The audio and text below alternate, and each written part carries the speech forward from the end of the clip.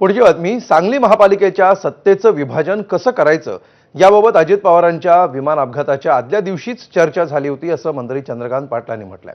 सांगली महापालिका निवडणुकीच्या वेळी आरोप प्रत्यारोप झाले, पण त्यावेळी बोलावं लागतं असं अजित पवार मला म्हणाले.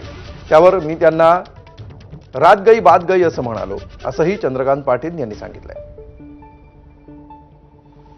सांगली महानगरपालिकेमध्ये सत्तेचं विभाजन कसं करायचं यासाठी आदल्या दिवशी आमची मला म्हणू की दोघेच बसून सांगली महानगरपालिकेशी संबंधित त्यांचे काही पदाधिकारी आलेले असतानाही हे तुम्ही थांबा रे बाहेर असं म्हणून आमची चर्चा झाली आणि ती खूप सांगलीच्या दृष्टीने सकारात्मक झाली.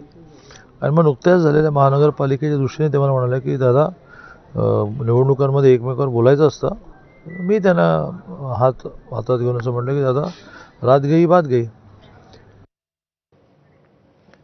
तर अजित पवारांनी दोन्ही राष्ट्रवादी काँग्रेसचं विलिनीकरण